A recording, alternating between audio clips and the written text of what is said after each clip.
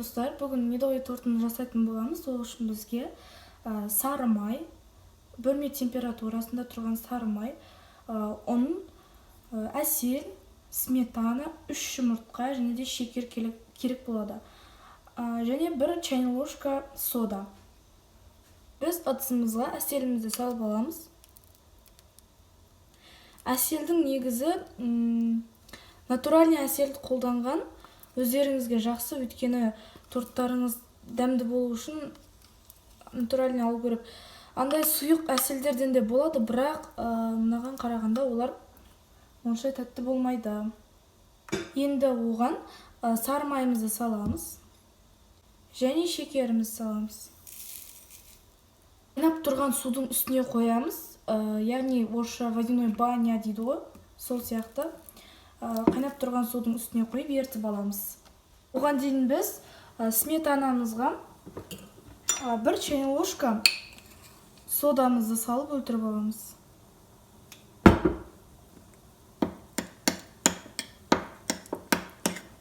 Біздің қазір мынау айранымыз кішкене ісіп, реакция беретін болады.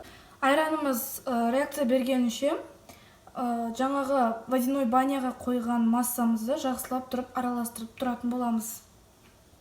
Массамыз осылай ергеннен кейін, бәрі бір-бірімен араласқаннан кейін айранымызды саламыз. Міне көпіршіктер пайда болған, демек бұл дауысы да өзгерген. Демек бұл сода мен айранның реакциясы дегені. Енді бұны құйып, қайтадан водяной баняға қойып, жақсылап 5 минуттай араластырып тұрамыз. Міне енді осындай 5 минуттан кейін, 5 минут или 4 минуттан кейін осылай ісіп, көпіріп шығады. Сол кезде ала беруге болады. Миксермен кішкене суығанша араластырамыз.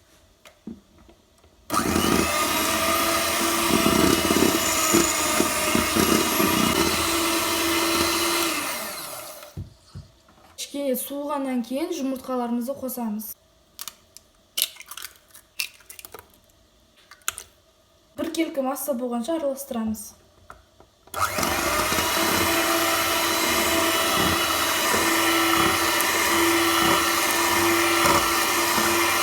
Енді ұнымызды қосамыз.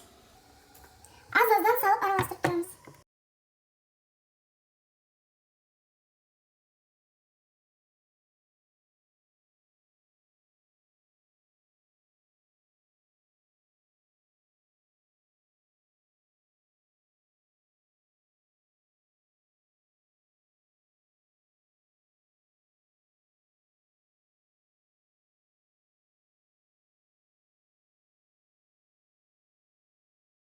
Мынау пергамент қағазы.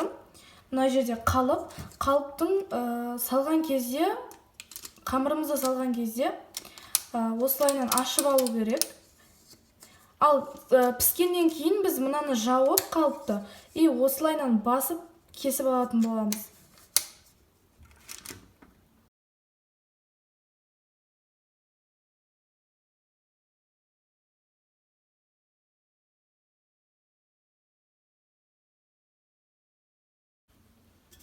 Міне осылай дөңгелек болып шығады. Енді бұны 180 градуста, енді өздеріңіздің пештеріңізде байланысты 200 градуста да пісіріп беруге болады. Беті сарғая бастаған кезде, қызғыш түске енген кезде уже ала берулеріңізге болады. Міне менің коржым уже 2 минутта пісіп қалды. Енді бұны шаймен аламыз.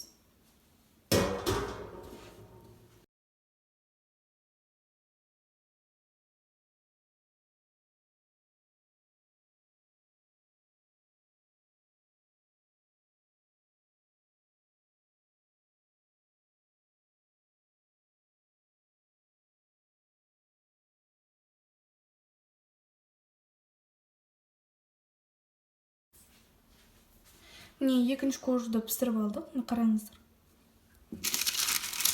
Сіздерге лайфхак, егер пергамент қағазын көп рет істеткілеріңіз келсе, осындай астына кәдімгі сары майды жағып, үстіне құйсаңыздар, өте оңай алынатын болады. Сол кезде көп рет істетуге болады. Мысалға, бір медовый торт, мысалы 10 шақты корж шықса, сол 10 шақты корждың бәрін бір пергамент қағазымен пісіріп шығамын.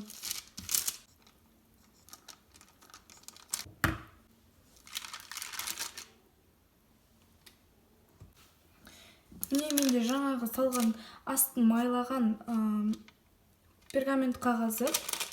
Енді қараңыздар. Оңай, өте оңай алынады. Міне, осынша корж шықты. 6 корж.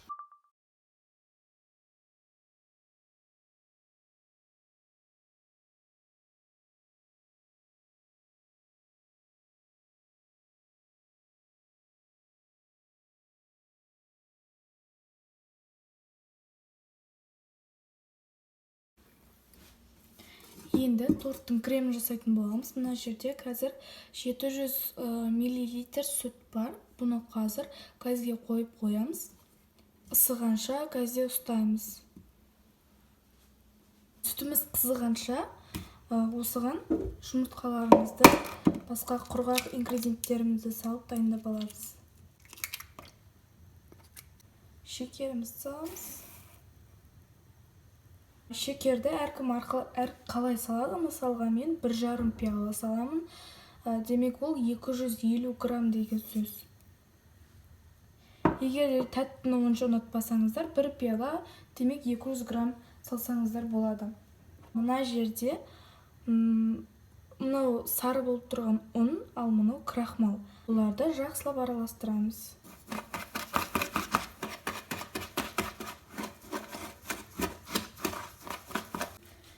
Осылай жақсылап араласқаннан кейін лимон суын кішкене қысып құямыз.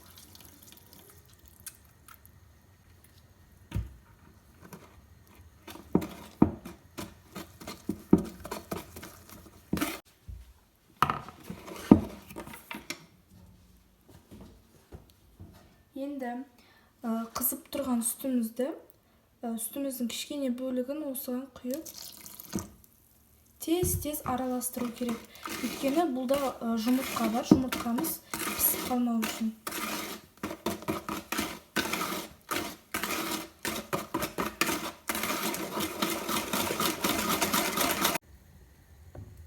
Қызып тұрған сүтімізге жақсылап құйып, осылайынан үздіксіз араластырып тұру керек. Тоқтамаймыз, өйткені асты қатып қалуы мүмкін. Міне уже менің кремім қоюласты, әдемі болып жатыр. Енді қайнау керек. Не қараңыздар. Осылайынан көпірген кезде уже крем дайын деген сөз. Енді өшіреміз отты.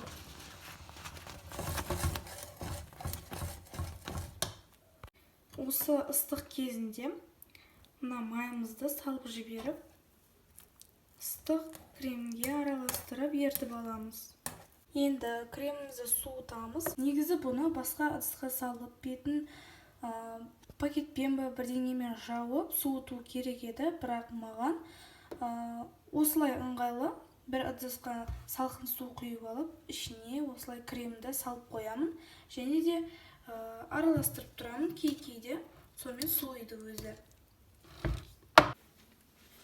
Міне креммен де толықтай суыды. Дәмі бірақ күшті.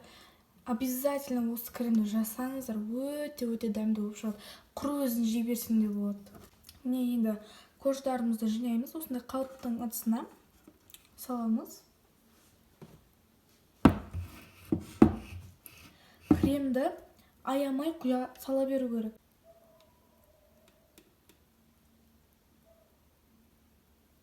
Екінші коржымызды қоямыз.